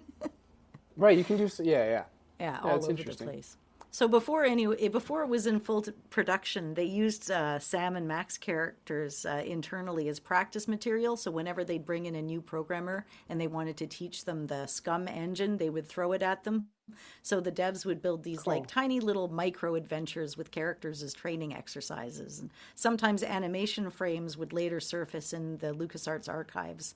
So it had been, Sam and Max were a part of the studio's workflow long before it became a debut and they actually became a game. So it was almost like there was a bit of this chaotic Sam and Max culture. And in my head, I kind of picture a little bit of that chaos. Yeah, see, that makes sense because Max is probably the most popular LucasArts Easter egg. Like he shows up in a lot of their games. Yeah. And so that would make sense why if he was almost, like with AGS, if you download Adventure Game Studio, there's like the template game, and it's a Roger Wilco from Space Quest 4 sprite, more or less. Mm-hmm. And it's kind of like, I imagine the same thing where you just have another fun fact about Sam and Max is outside of the adventure circle, they might be the most popular adventure game thing.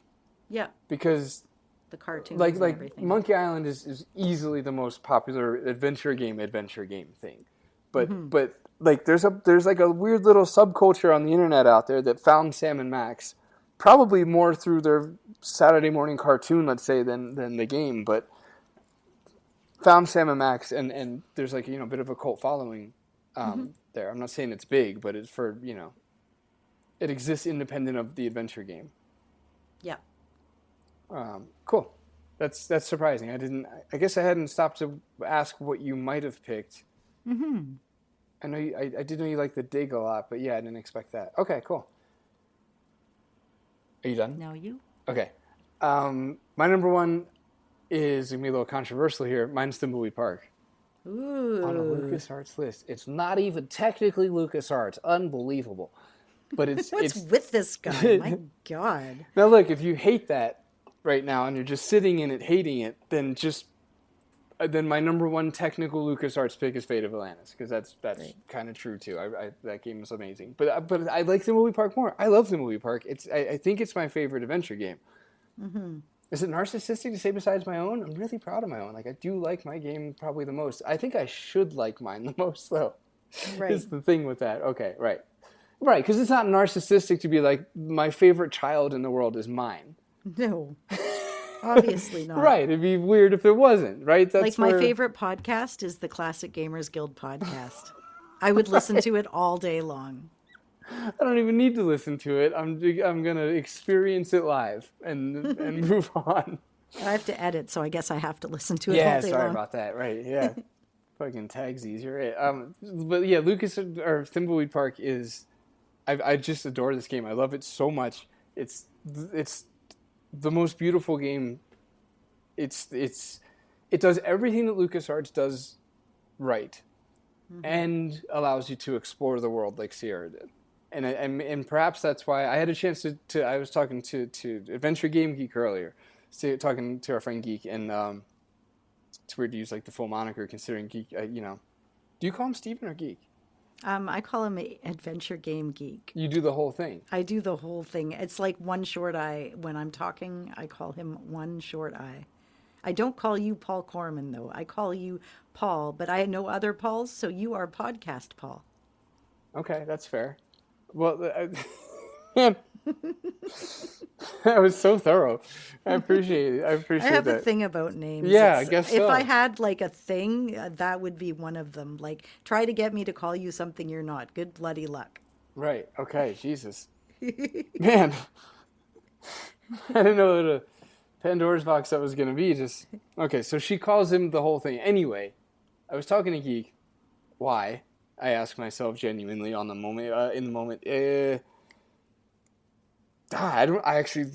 I'm sorry to have wasted everyone's time, but I don't remember why I was bringing up my conversation with Geek. It had something to do with me liking Thimbleweed Park the most. So let's just talk about what it is as a game. Sorry about that dead end there. It's about a weird old town of oddballs.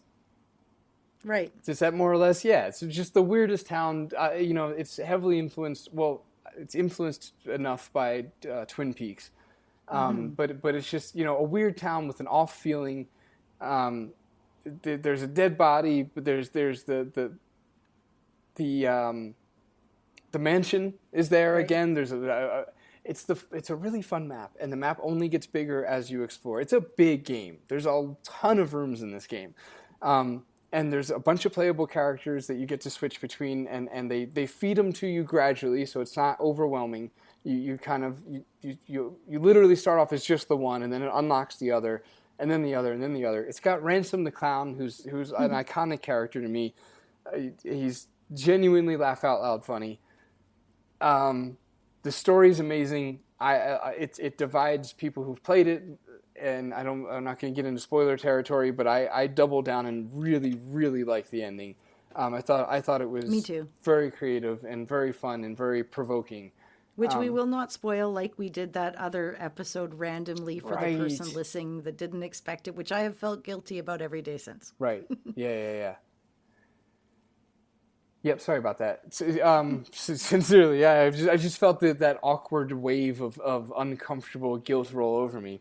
But anyway, it's a really fun game, and you should totally play it if you haven't. That's right. When I was talking to Geek, this actually isn't the thing. I'm not remembering it, but at least I can offer some sort of half-hearted closure by saying he's looking for a game to play, and I pitched him that he should play this, in the realization that it's probably my favorite adventure game that I haven't made. Right. Soundtrack's perfect. It's so good. It's just so good and so much fun. The end. I'm done. I don't know what else to. I mean, did I actually describe the story? Like I did on mine, so it's okay, didn't I? Right, that's right. Yeah, you kind of But you get to I'll stop. I mean, All right, well, I'm just let's saying, go. you get to be an FBI duo, a washed-up clown, a ghost, a would-be game designer, or will-be game dev. I mean, it's perfect. Okay. Right. Perfect. That's almost like my 4 personalities: washed-up clown, a ghost, a game dev, would-be game dev. Okay, I'm done. I'm sorry. Okay. I'm not getting interrupted this time.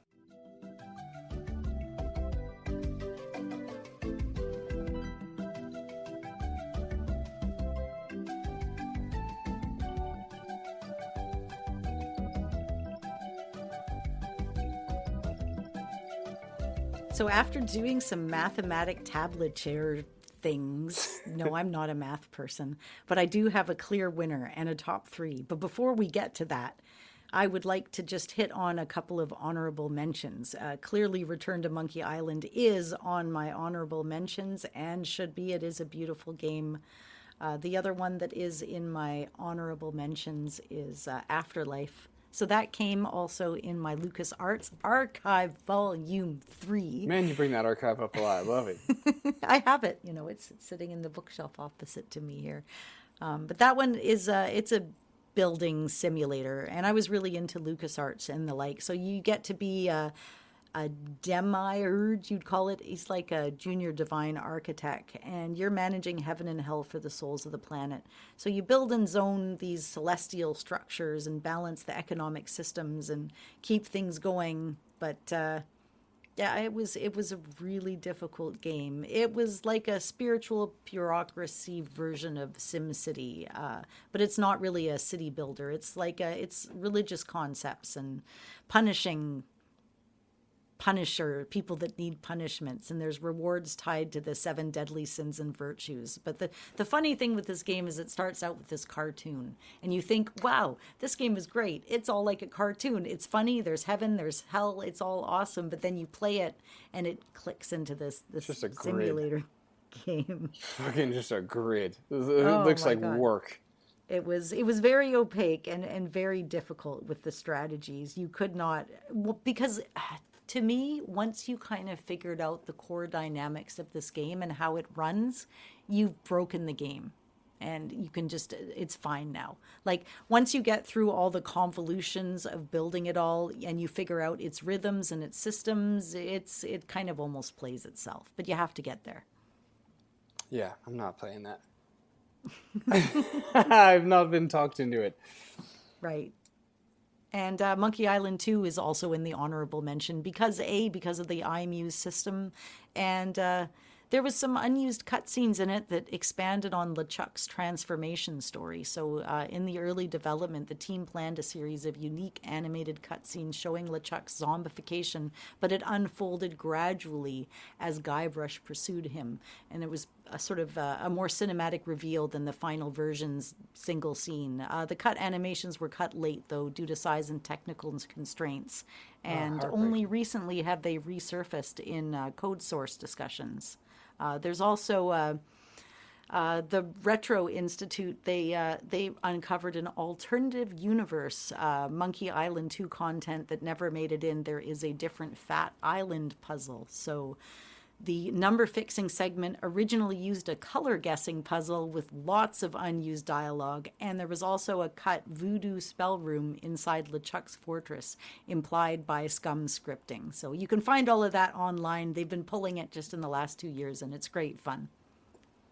Very, very cool. It's going to be heartbreaking from a developer's point of view to only have to have cut it because of size limitations or memory issues, like especially with the floppy disk situation. It's just crazy to think.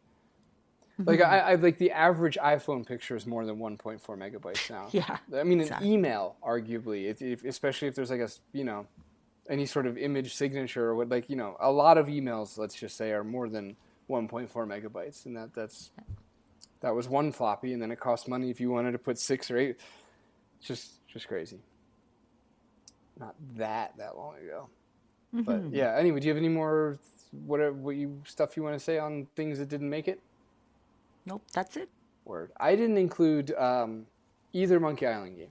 Right. I wonder if if that's because that's not okay. I'm sorry.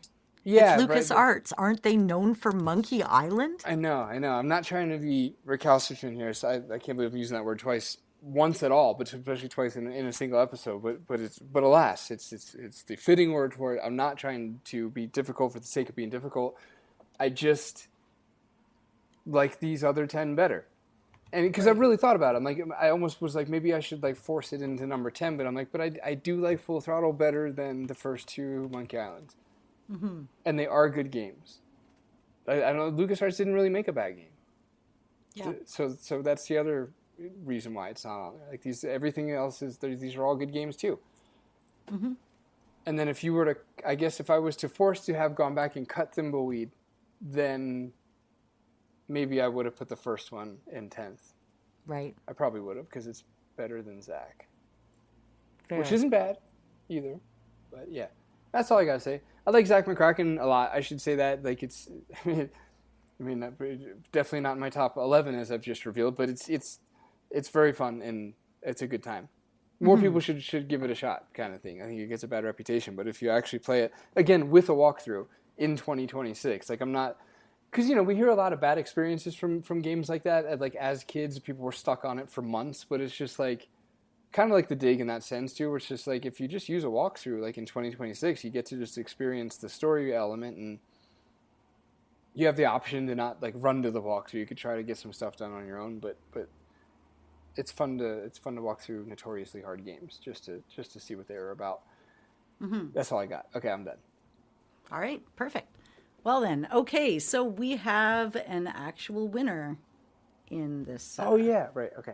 Right. So we're going to start with the third place, and we have a tie for third place with 13 total points. We have The Day of the Tentacle and Thimbleweed Park. Cool. So, yeah, because it was so low on my list, I only gave it 3, and because it was the 10th on your list, you gave it 10, so there it is. What did you give Day of the Tentacle? That was, I gave it 8 points. You gave it 5. Yeah. I almost wonder if I should have put Crusade behind Tentacle and Max. Yeah. Could have bumped it up a bit. So anyways. I'm glad I didn't, though, because then Thimbleweed gets to tie for first. That's fun for me. That's true. Yeah. So second place is Sam and Max Hit the Road with a respectable 16 points. I awarded it 10. You awarded it 6. And there it sits at number 2. But as we know, there are only first place winners and everybody else is losers. So the number 1 spot is Indiana Jones and the Fate of Atlantis with 18 total points, 9 and 9 from the each of us for the win. Hurrah. That's great. That's satisfying. I feel like that's what a LucasArts top 3 should be. Fate of Atlantis, Sam and Max, Day of the Tentacle. Perfect. It is. It turns out that the full order of winners would be the last place out of 10 was Maniac Mansion. Aw. Right. And then Grim Fandango, and then The Curse of Monkey Island, then The Secret, then Full Throttle, then Loom, then The Last Crusade, then The Dig, and then we got into our top ones. So I feel this is a good list. Dig was 4? Dig was, hang on, 1, 2, 3, 4, 5, 6, 7. Yeah, The Dig actually was pretty close. It was the 4th place, yeah. Nice. With a total of 9 points. Fun. All right. Cool. Well, we're done, and that was fun. Yeah, that was reasonable. Thanks for listening. I really appreciate you. And let's see, all of our Patreon members. Oh, shout out to our listener and friend Emil. He put a Phantom Foes Easter egg in his game. Man, my phone just fucking... Are you serious? What? I gotta cut that. I'm sorry. I had his game pulled up, and my phone literally just... The Discord just went gray. Oh. Like, as soon as I looked at it and needed the name, for some reason, Discord just literally went retarded. Right. It's not in the demo. It'll be in the game itself. So. Nice. Okay. Sorry. Let me do this timestamp. 38. And shout out to listener and friend of ours, Emil. who's also a dev. He's got a game coming out called Reverend Surf in Sin, and there's a Phantom Fellows Easter egg in that. And man, that just made my day. Like, even beyond that, it was just so cool. So just even on a personal level, thank you very much. It meant a lot to me. That was really cool. Yeah. All right, what you got? All right. Well, big thank you to our Patreon members. Maud Knock, thanks for joining. And Vic the Rebel, it is nice to have you. Thanks for joining us. And I would like to take a minute to say thank you to our True Believer tier. And I'm going to go in the opposite direction just to make it extra fun today. Hey, Tim, Yanis, Christopher, Chapman, Brian, Mark, Jeffrey, Mick, and Gareth. Thank you so much. You guys rock. We keep coming back and you keep wanting more. So we really appreciate it. Outside of that, we now have an email address again. That is don'tdoamurder@gmail.com. Well, wait, hold on. I know we never talk about... Oh. We only talk about emails right now. We know that. Okay, Yes. That's established. So we do have mail at classicgamersguild.com now, though. Again. Right. I suppose it gets forwarded over, doesn't it? So, yeah, send us a message at mail@classicgamersguild.com or find us on Twitter. But maybe we should pick one. Oh. Well, what do you guys think? Yeah, do you send like it to... don'tdoamurder.com? Do you like our original mail@classicgamersguild.com? Like, at least if one person tells us, we'll probably listen. Yeah. It doesn't take much to swing us either way. We're just like, yeah,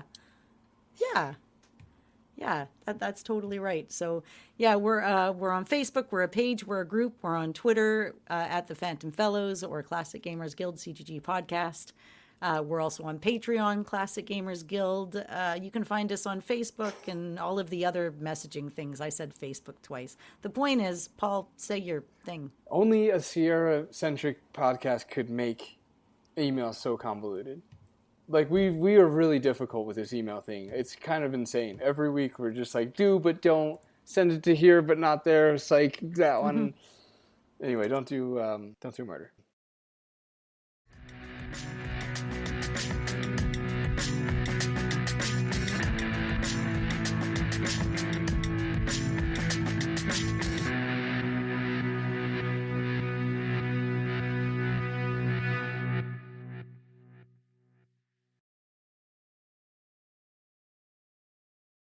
You're almost, I guess I'm almost trying to explain why this stuff is cool. Yeah, it's like, hey, check it out. This is a really good story. And it doesn't matter that it's a nerdy adventure thing. It's like, or maybe it's more like, here's why we like this stuff. Because it's a great story that anybody could be interested in.